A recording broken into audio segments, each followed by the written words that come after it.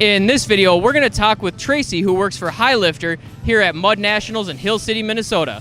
Coming up.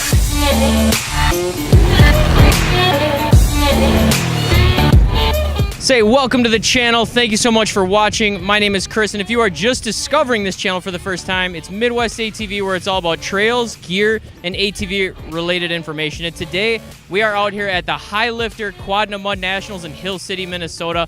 And I am lucky enough to be able to have the opportunity to interview Tracy, who is willingly somehow managed to take a few minutes of her extremely busy day to talk with me. So we're going to ask her a few basic questions, but before we do that, I'm just going to go ahead and let you introduce yourself.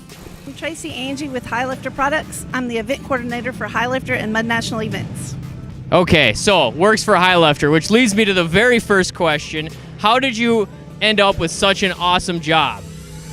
I used to work for the owner of Highlifter at a different business, and about 12 years ago, I moved over to Highlifter, and I told him I just wanted to do something fun. So he gave me the job as the event coordinator, and it's like planning big parties for all your friends.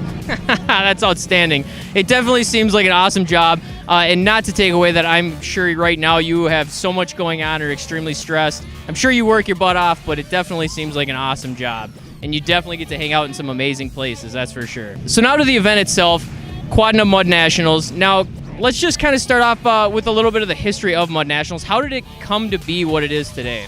Well, Scott Smith, the owner of Highlifter, used to go on mud rides all the time, and he always had people who wanted to go with him. So he decided, well, he would just plan a ride and invite the public and his customers and everything, and he did that about 16 years ago. They had the first Mud Nationals. And they weren't expecting it to be a huge event. They expected 200 or 300 people to show up, and over 1,500 people showed up on the very first one. And now we do it in Jacksonville, Texas, once a year. This is our 16th year, and we have anywhere from 10 to 15,000 people show up to come mud ride. Wow, and I thought Quadna Mud Nationals is big, and it is big. There's tons of people here. It's a great time. But from my understanding, because I have not had the opportunity yet to go to the one in Jackson, hopefully next year, that's not even in comparison to how many people show up there. Is that correct? That's correct. That is the largest one in the United States. So Jacksonville, Texas, and Quadna in Hill City, Minnesota are the two big ones, but you guys do have a couple other ones. You did one in Arkansas last year, and then for those of you that aren't here right now that want the opportunity, there's another one coming up, and I'm just going to let you say, can we talk? You can mention that, correct? That's public? Okay. So where is that going to be? That is going to be at the Full Throttle Saloon in Sturgis, South Dakota. Sturgis, South Dakota. The week before the big motorcycle ride. The week before the big motorcycle ride. Yeah, if you haven't had the opportunity to go yet, that's your opportunity, and that is next month, correct? Yes, that's July the 25th through the 30th. July the 25th. I got to time to clear the calendar. So in regards to Quadna Mud Nationals here in Hill City, Minnesota, I know there's a lot going on here. This used to be an old ski resort, did it not? Yes, it did. And there's tons of trails that you guys have made. There's so much going on. It's just an awesome time. But how did you end up here? Well, the owners of the property contacted us. They had been to the one in Texas, and they wanted to find something to do with this property in the summertime. They hold snowcross races here still in the wintertime, but they had nothing going on in the summer, and they wanted to utilize the property.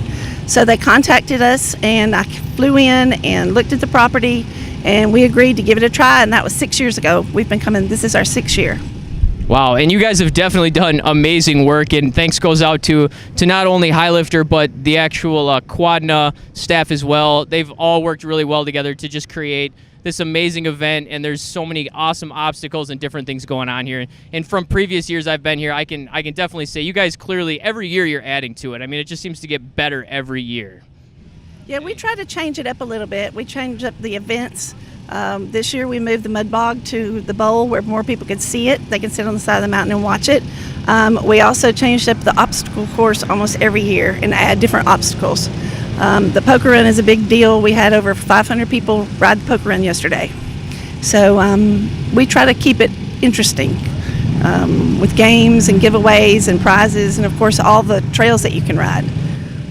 That's outstanding, and they definitely do give some stuff away. I mean, not even 20 minutes ago, I just heard someone win a pair of brand new tires, a whole set. So, I mean, that's huge in itself right there. So with it getting better every year, some of the events seem to be the same, but then it does seem like you guys add all sorts of stuff.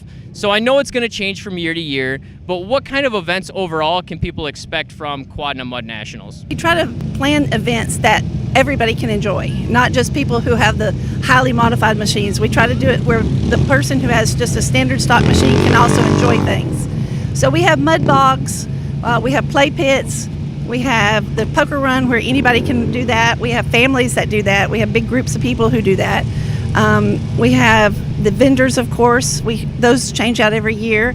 We usually play a game and give away prizes. We have the obstacle course, which this year, for the first time in Mud Nationals history, we had snow in the middle of summer in the obstacle course. So we try to change it up every year and add things.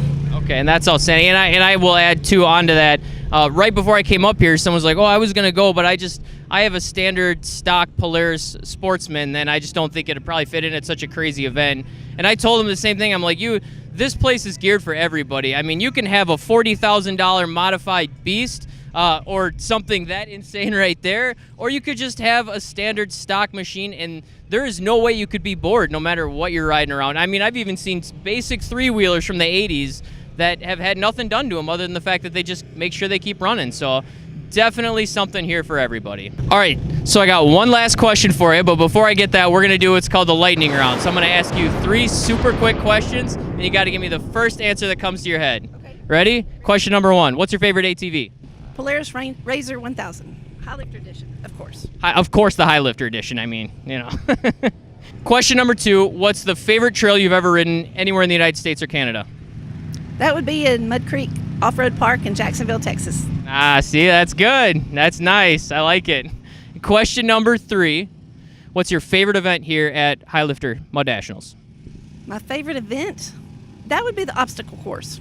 That's the most fun for me to watch because it changes every year.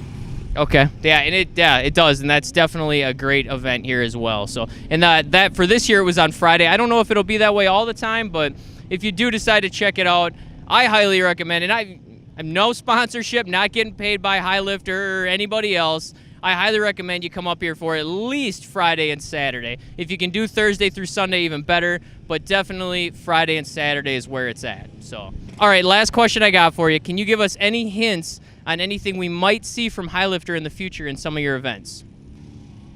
No. No, there you have it. She's not giving up anything. That's fair. I respect that. I respect that. Well, hey, Tracy, thanks a lot. I really appreciate your time. Thank you so much for meeting with us. And for those of you watching, if you see Tracy or any of the staff at Highlifter, you probably won't because they're running so fast, they'll just speed right by you. But make sure you say hi and thank them for all they've done out here. They are definitely busy, definitely putting in long hours. So that's all I got.